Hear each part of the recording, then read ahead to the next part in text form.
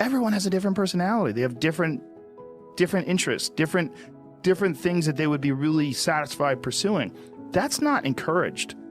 What's encouraged is go find a job. What's encouraged is go find some place that you can shove yourself into. Go find a square hole that you can stick your round peg and just jam it in there and shave down the top and the bottom so you slide in with all this extra space on the sides and feel like shit for the rest of your life because you need a job, because you're in debt, because you have credit cards, because you have student loans, because that's what everybody does. And so you do it too. That's what's wrong. What's wrong is that we don't give, it's like let them figure it out on their own, and it fucking takes forever. It took forever for me. The only thing that I had going for me was that I was crazy and that I'd been spending most of my high school years fighting, so that I was already so far outside of anybody that I was so weird. I didn't fit in anywhere. I was weird too. Isn't that funny? I didn't feel like I had a pot. I knew one thing. I couldn't work like a regular job. Like I had to figure out something else. Because like there's the idea of, it was literally the idea of being in an office was like torture. The hinge point between what you just said is that you said, I couldn't stand this. I couldn't work the real job. I couldn't fit into this. So I did something. I had to find another way. A lot of people get stuck with the "so I had to find another way" part. I think the problem is, though, is that it would be great, for example, to have half your schooling, maybe at that young age, be a, sort of a Montessori model where you say, okay, we spent our time on reading, writing, and arithmetic. Now we want you to go around, and it has to be, you can't be playing video games unless playing video games is what you want to do for a living and you're going to be able to do some educational work on it. But I mean, I would love to see more of a fostering for the fact that, listen, we're trying to create entrepreneurs here rather than trying to create drone workers on the Amazon assembly line. Now, if you end up on the Amazon assembly line anyway, great, good for you. I'm glad you can bring some food home. But the goal ought to be to let you start a business and maybe employ a bunch of other people, you know? Yeah, and the goal would be to have less unhappy, dissatisfied people. Because it creates a more stable society. And, well, it also happier. Yeah. It creates more satisfaction. The people that I know that get to do what they want to do for a living, it's not like their lives are completely happy. Everybody's going to face problems, no matter who you are. Absolutely. You know, what did it was a Kanye West who said, do rich people have problems or just different problems? I mean, it's everybody's got these challenges, but like you said, there's not a lot more stressful than having a ton of credit card debt, wondering, you know, if you're going to lose your house, wondering how you're going to pay for your kids' education. I mean, all those things are soul crushing. Not only that, because you're in debt, you get nervous, so it suppresses your ability to express yourself and take risks. Because it's a cycle. You don't want to lose your gig. You don't want to, it's like, man, and you're tired. There's no way to live. You're tired. Yes. I mean, the one thing is, as you get older, I mean, it's funny because getting older is one of those things that you can only understand when you get there. So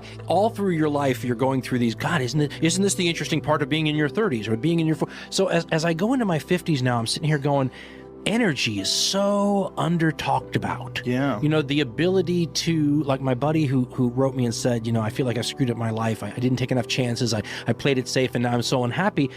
He says, and I just can't motivate myself at 50 years old anymore, energy-wise, to start over.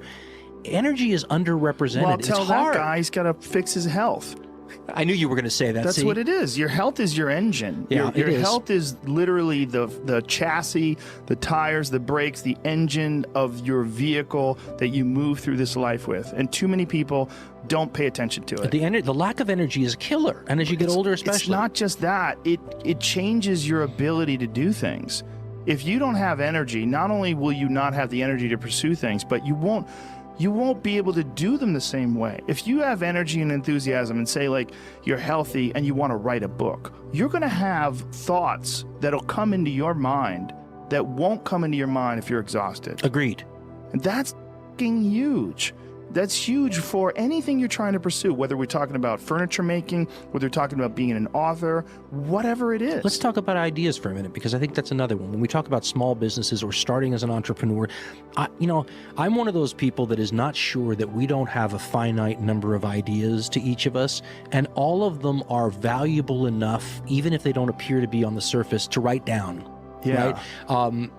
As a matter of fact, I went to a business meeting a couple years ago with one of these TV guys I was just talking about, and we go to this business meeting, and we're all on our phones and whatever, and he pulls out an old-fashioned journal that you write in, and he just starts writing. And I looked at that and I thought, in one sense, he looks like a dinosaur, but I went out and bought one.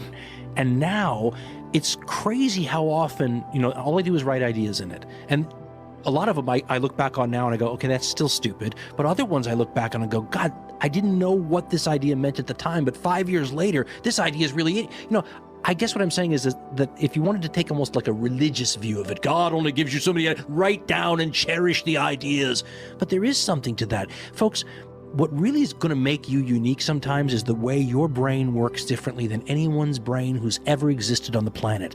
That's valuable right there. Write down what comes out of the brain, because you capture those things. Yes, because if you don't capture them, they will slip away. And sometimes the idea isn't good until the second half arrives later, right? So idea number 1's in your book from 5 years ago. Idea number 2 that finally completes that idea arrives later.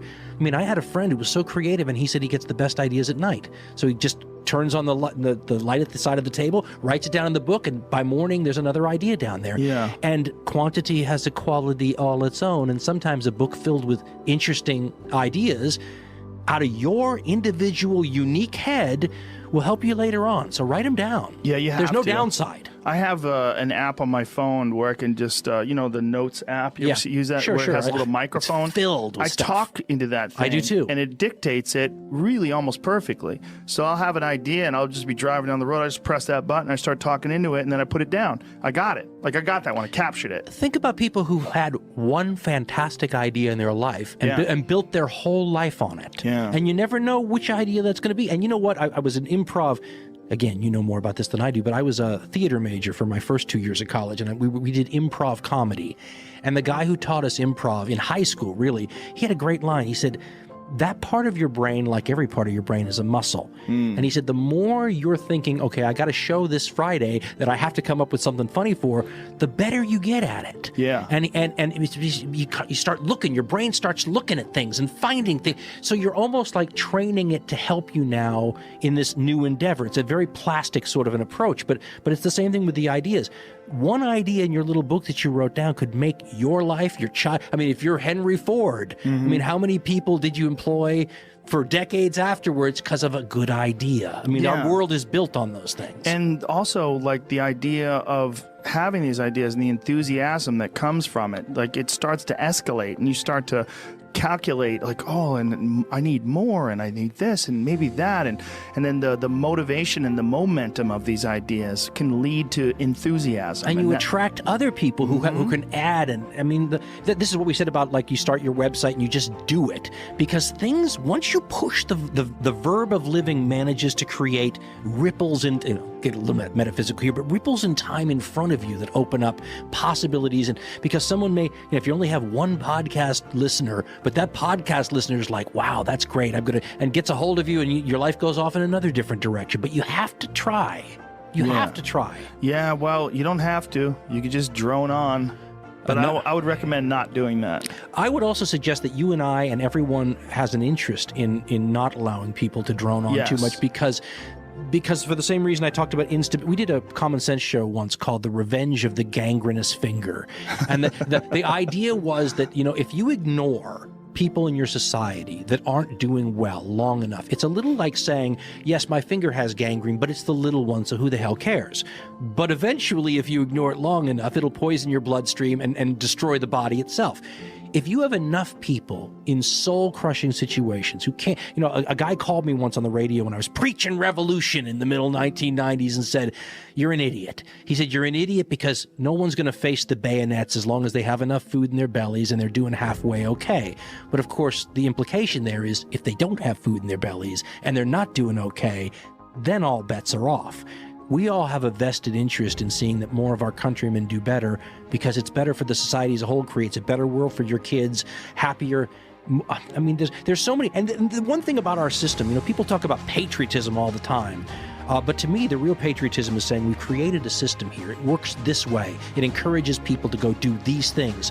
So if the system's designed and set up for that, you ought to give it a try. You ought to just see. Yeah. You know? And the suggestion that I always give to people is write down things that you want to try to accomplish. Just write them down. Well, a guy said to me, he said, write the way you want your obituary to appear now. Sit down, write your obituary. He says, because that'll show you how far off your goals you are. Well, here's a better one. Pretend there's a documentary crew filming your success story, and they're following you around right now. What would you do? What would you do if you knew that there was a crew following you around with cameras documenting your future incredible success, and they want to catch you in the act of it all? You would do all the right things you would have to do. Think about that, organize it. But we are saddled down by so many doubts and so much just mental shit that keeps people from action. You know, I just feel like people need inspiration and they need guidelines. And if as long as you could just start moving, just get action, like just movement, get something. That's what I said. Going. Verb. You got it. Yeah. And folks, listen. That's the one thing you really take out of this is that just try and see what happens. And my stepfather had a great line. He said, "What's the worst that can happen?"